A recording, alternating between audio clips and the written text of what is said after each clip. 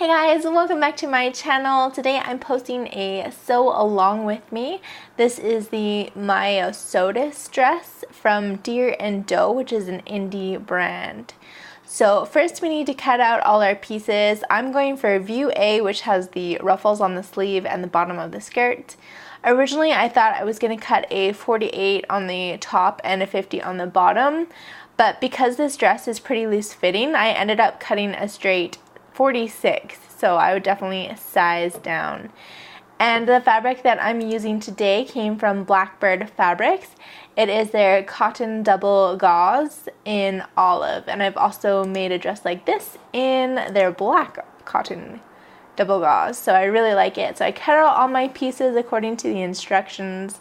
And I also have some notions. I chose these little buttons and some matching thread to go along with the dress. So now let's actually get to making this bad boy. Even though we've cut out all our fabric, we still need to cut out some interfacing. I also want to put a disclaimer out there that I'm a beginner sewist. I am not experienced at all, so if you have any tips for me, definitely leave them down below. So I interfaced the pieces that need interfacing, and then I finished the edge of the front facings.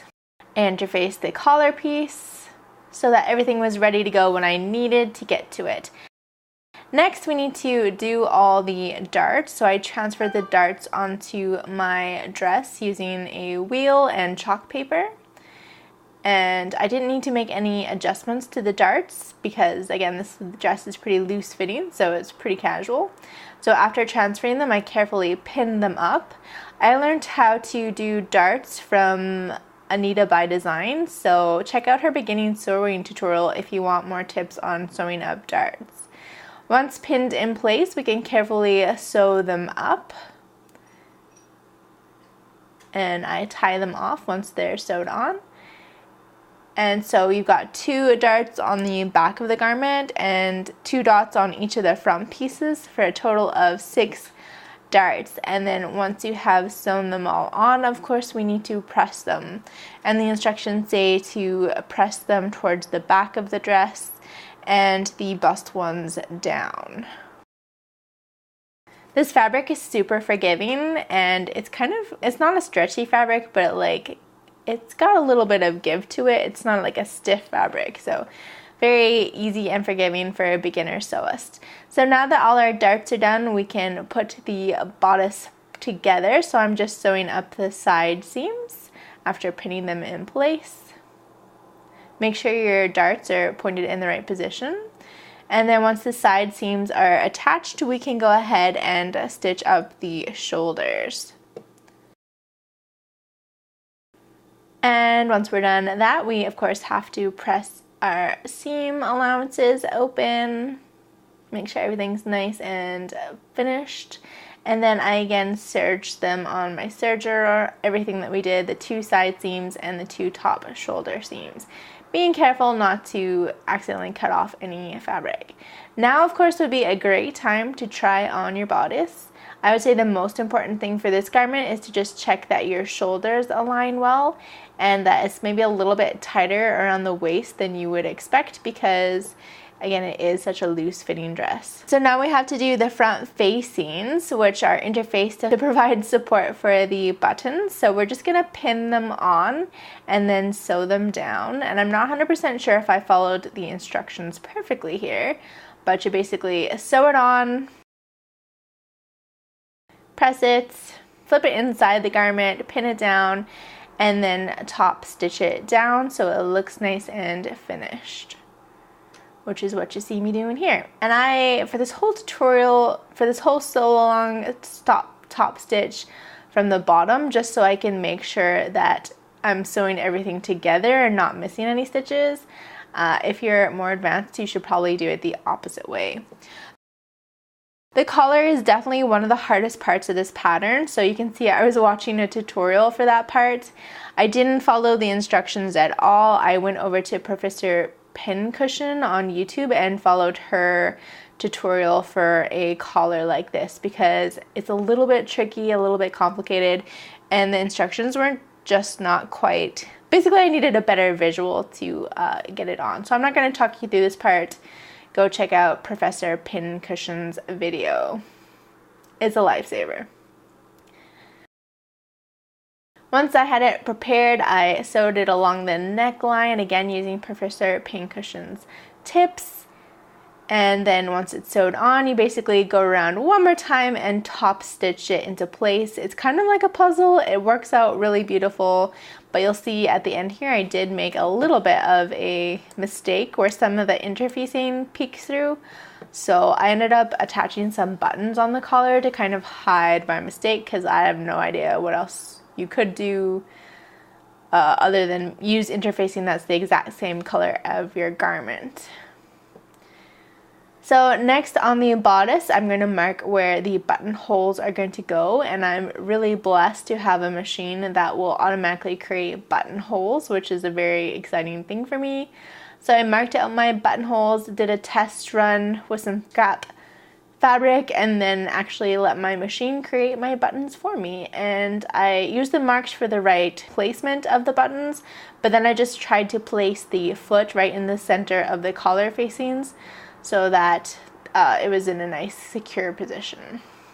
And then once all my buttonholes were on, I added a little bit of fray check to keep them from fraying, which is another cool tip I think I learned from Anita by Design. And that's just going to make sure that your fabric doesn't continue to fray. It does some sort of like weird stiffening to the fabric in that area. So just apply a tiny bit. I applied way too much and let it dry. Now we just baste the bottom of the garment closed, and we can move on to the sleeves, which is super exciting. So the first thing we need to do is gather the ruffles of the sleeve. So the instructions call for 2 lines of basting stitches, and then you just gather them to be the same length as the sleeve top, or I guess the sleeve proper. So once it's been gathered, you can actually attach it.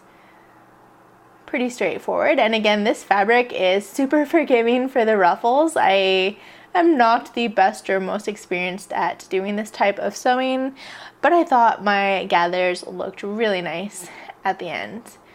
So once you've sewn it together, again, go ahead and finish the seams. Again, I'm using my serger. And then the most satisfying part, after you press it of course, is when we top stitch the seam allowance to the top of the sleeve. So press the seam allowance up towards the shoulder and then add a line of stitching, and it just makes your garment look so nice. I love top stitching, I have discovered, which is what you can see me doing here. Now we're going to pin the sides of the sleeves together and then sew them, and then finish those edges and press them, I guess.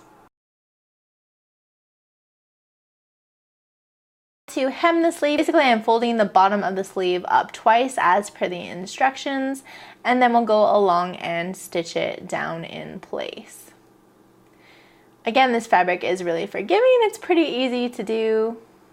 It just takes a little bit of patience and a little bit of ironing. But do this for both sleeves and then stitch it down along the edge. Again, if you're a pro, you would probably do this with the top of the sleeve facing down, but I like to do it from the bottom of the sleeve because I'm not super confident. For attaching the sleeves, I actually ended up cutting a slightly larger sleeve than the size 46 pattern.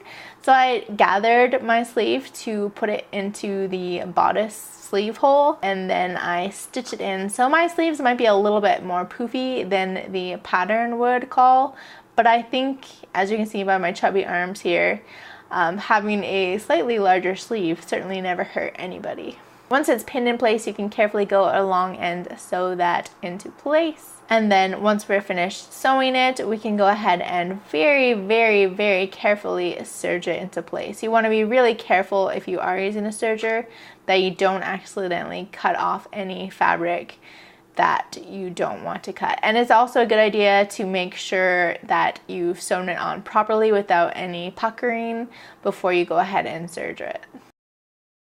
And that is pretty much the complete bodice. So now we can actually move on to the skirt. I guess we still have to add the buttons a little bit later, but aside from that, we are making good progress. So to start with the skirt, we're going to finish the edges on all of the pockets as per the instructions. So again, I'm using my serger, and we're just going to go ahead and finish all 4 pocket edges. Next, we can lay the pockets on each of the skirt sides according to the notches, pin them in place, and then we can sew them down to the edge of the skirt. Oh, by the way, this is also day 2, so I think this project took me about 3 days to complete, from cutting out the fabric to having a finished garment. Once our pockets are sewed on, we can finish the side seam of the skirt, which is what you see me doing here. So we're going to do that to all 4 sides of the skirt, as well as pressing the pockets open toward the right side of the garment. Now we can pin the sides of the skirt together, and we're going to go along the edge and sew the side seam, but sewing around the pocket so that we're joining the pockets together at the same time that we're closing up the sides of the skirt, as you can see here. Of course, we go back and press everything open, and our pockets seems nice and close together. And now we can move on to more ruffles. So we're going to sew up the side seams of our ruffles so that we have one continuous ruffle piece, as you can see me doing here. So we'll pin it, stitch it, serge it, and then I'm going to go along the entire edge of the skirt and put in 2 lines of basting stitches. Now, I did this all in one big line of stitching, but if I'd have been doing what Anita by Design recommends, I would have done the front side and the back side separately so that you can adjust the gathers a little bit more easily. But it still worked out, so I gathered it down to the size of the bottom of the skirt and then sewed the bottom of the skirt onto the ruffles. Unfortunately, I sewed it on backwards. I sewed the right side of the ruffles to the wrong side of the skirt. So I took a break after this point, after unpicking everything and resewing it on properly. But never give up. But that is why I took a break at the end of day 2, so we can start fresh on day 3. Day 3, I made sure everything was sewn on properly, and then serged that top edge just like we did with our sleeves. Pressed it down, and then of course my very favorite part again, once you press the seam allowance up towards the top of the skirt, we're going to top stitch it down in place. And again, I'm top stitching it from the underside. Again, if you're a little bit more professional, you probably want to do that from the other side, from the right side, but this seems to be working out well for me. Now we gather the top of the skirt and then gather it down to fit the same diameter as the bodice. Pin it all in place. You can see I'm wearing my glamorous pajamas for the shot. And then sew it down. And just like everything else, I'm going to pin it, sew it, make sure it's the right direction. Once I'm happy everything's perfect, I'm going to serge it, press the seam allowance up towards the top of the garment, and then top stitch in place so that everything's nice and secure. And finally, you need to press up the bottom of the skirt just like we did the sleeves, and then sew it into place, which is pretty much our final step. We do have to add the buttons, but this is the last like really intensive sewing, ironing step of the garment construction. So again, my friggin' machine, it can automatically sew on buttons, so I set my machine up after consulting the instruction manual again and carefully attached 3 buttons to the front of the garment. Now on a previous attempt at making this garment, I'm usually pretty worried because my boobs are pretty small that I don't want to show too much cleavage or that the pattern might be like a little too roomy for me. So on a separate pattern, on the black dress I created, I put 4 buttons on, but I really wouldn't recommend you put 4 buttons on, just stick to the 3 buttons. I ended up closing up the 4th buttonhole that you see on this black dress. On the black dress, I decided to include a little tie to kind of help cinch in the waist. And you can see there's definitely some flaws in the black one, especially along the hemline. I kind of had some issues with not enough ruffle fabric, but overall it was a pretty good first attempt, and I wear this dress a ton. I love it a lot. And the green one just came out even better. This one I actually sewed up for my mom. Luckily we're pretty much the same size, and she didn't want a belt, so I left off the belt, and this version, the second attempt, hangs so much better. It looks just like the photo that they had listed on the website. I highly recommend this pattern if you're a novice sewer. It's great to learn about buttonholes, sewing on buttons, and just basic construction. So I hope you enjoyed today's video. If you enjoyed it, make sure you give me a thumbs up and subscribe down below for more. Well, normally I post beauty videos. Hit that subscribe button down below, and a huge shout out to my patrons for helping bring these videos to you guys. With that, I will see you all in my next beauty video. Bye for now.